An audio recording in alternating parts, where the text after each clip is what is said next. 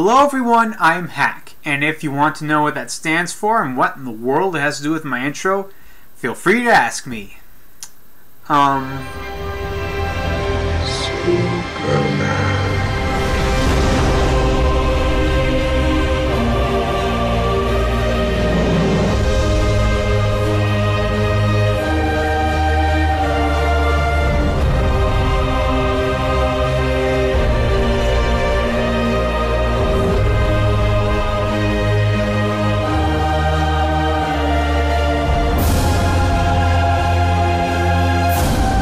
My father believed that if the world found out who I really was, they'd reject me.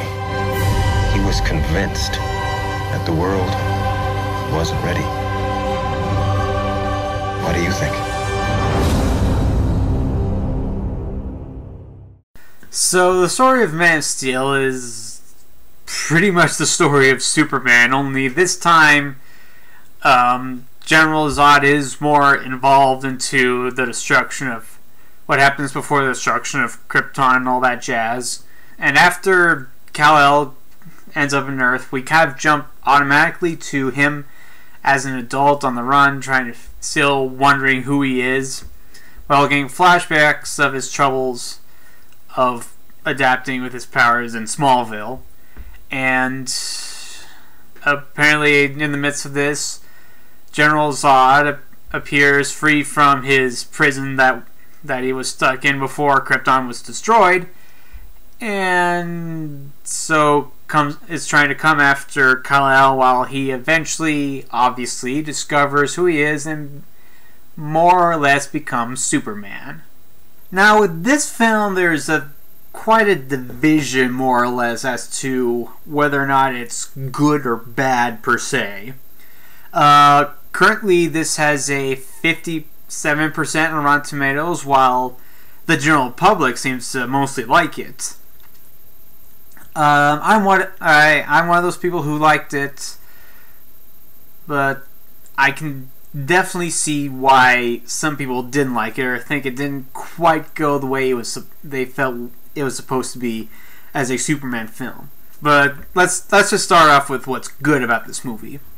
First off, the visual effects were really good. There were some moments where you could tell it's fake, that there were some, visual stunts from some of the actors that I felt could have been done better or otherwise not really done at all. But otherwise, they were great.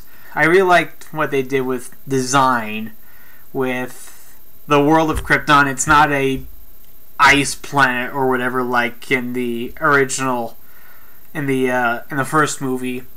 It's, it's more its own planet, it has more technology. It acts a little more like it's Star Trek, the reboot Star Trek movies than anything else, but it's still pretty cool. And they even go more into development of the culture and the all-around life, more or less, of Krypton and its people.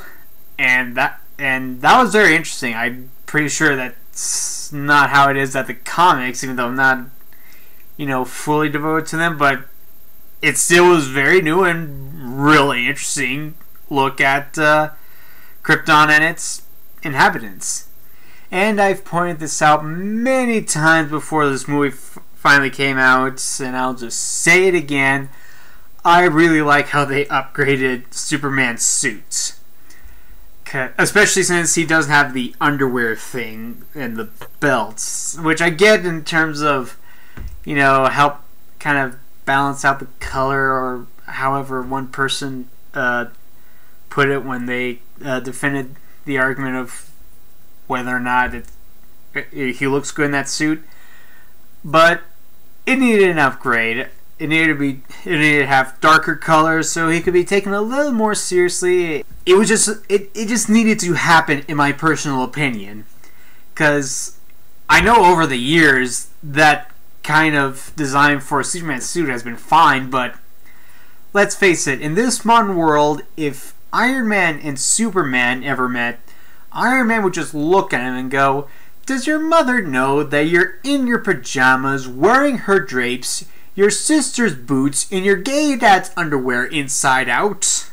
Henry Cavill was a good Superman. He didn't quite have the charm per se that Christopher Reeve had in the first 4 Superman movies, but for the most part, he really was Superman. I believed that he was Superman. Amy Adams as Lois Lane. I was skeptical at first with how much I was going to believe that she is Lois Lane, especially since she's red-haired and not black hair like Lois Lane is supposed to be. But she holds her own. She was pretty much just like how it is with Emma Stone as Gwen Stacy in Amazing Spider-Man. She was capable of taking care of herself to the best of her ability. She wasn't a complete damsel in distress, and there's nothing wrong with that, especially since Lois Lane is kind of the most common damsel in distress. Her relationship with Superman was very unique and unexpected. I'm not sure how it's going to turn out in later films, but it was very interesting, and I'm very curious how they're going to do it in the sequel, which is kind of one of the main things to bear in mind about this movie, because it will leave you wanting to see the sequel like practically right away. One of the issues this movie does have, that's one of the reasons that some people don't like this movie, is because it doesn't necessarily feel like it's Superman. Because with the first half of the movie, you have all this character and story development and stuff like that, but you barely really get him. As far as it barely feels like Superman as a whole. I mean, it did a lot of stuff right with the characters and stuff, but there were certain aspects that you'd expect in a Superman movie that you don't exactly get. Like Metropolis. It was not exactly there for a while, or not really introduced is probably the right way to explain it. And when it is there, it's mostly being destroyed during the middle of Superman's fight with all the villains. I mean, I'm not expecting like a huge intro, like over-the-top dramatic intro of stuff like Metropolis, but still, that's the main base where Superman saves the day and all that.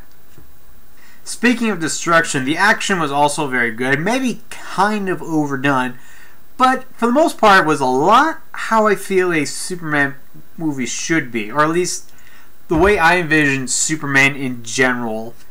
Because when it comes to some of the comics, and especially in the animated TV show, a good portion of it is him getting pushed around by super strong people and a whole bunch of buildings in Metropolis getting destroyed in the process. You know, so much damage and stuff like that. And they gave us that, and that helped me feel like it's more like Superman than the other films. But the biggest issues that people have with this movie is that some of the rhythm and stuff like that with the story is a bit off, and there's not much joy and humor into this movie. With rhythm, I can agree with, at least when it came to the very beginning, because it gave so much character development and done in ways that were kind of iffy at certain areas, and there were other moments that I felt were kind of rushed, but I didn't consider it to be too bad. With joy and humor, I can definitely understand. Because the thing about the other Superman movies is that, you know, they're all lighthearted and, you know, family friendly and comedy and stuff like that. And I get that. I mean, Superman as a whole is not exactly, you know, intense and dark like, you know, Batman. Which is another reason people felt that this movie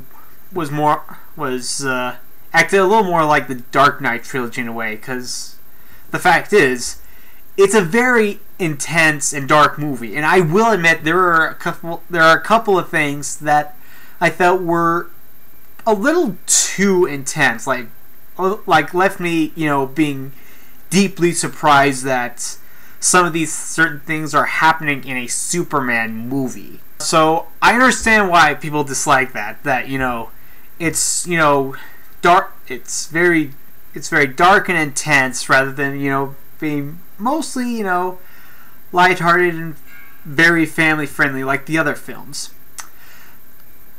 I can agree to most of that to a point.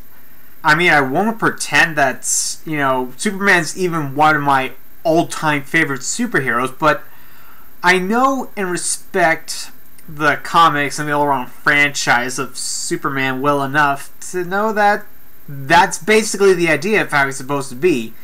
Definitely, there will definitely be moments where it's more dark than you'd expect, but on a whole, he's kind of the opposite in a sense of Batman. But at the same time, I feel that there's a certain limit to where things should be lighthearted and actually act a little more serious. Because for those of you who haven't read my blog, because I've reviewed all the other films recently, one of my biggest issues about those films was how they go a little too far with the lightheartedness and especially the comedy. Because I get that they're family friendly films, but there are times where they go too far. Like Lex Luthor being more of a cartoonish, childish villain, and how the second and third movies especially had a lot of slapstick comedy that doesn't need to happen at all. So while I agree that there should be a little more lightness and comedy to Man of Steel, which there are moments where it's more light, and there are some comedic moments that actually work, but the way they did it in the other movies is not the way to do it. And I think Man of Steel comes a little closer to where I think it should act serious. It definitely needs to be a little lighter, but this still, at least in my point of view, is more how they should set things up with a Superman film. So I agree that there are moments where the film acts too dark and too intense. Man of Steel is otherwise a very action-packed, very well-developed Superman movie that does a couple of new things, has a completely new design of Superman and the all-around world of Superman, and altogether does what a good reboot should. Take the entire story and take different turns and go a little bit deeper with the characters. So with that said, I give Man of Steel an 80% out of 100. So if you want to see more of my videos, feel free to check them out on my channel. But if you want to see more, log on to my blog at hacksreviews.blogspot.com, where I have hundreds of reviews that you can read and enjoy. Until then everyone, I'm Hack, and if you want to know what that stands for and what in the world it has to do with my intro, feel free to ask me.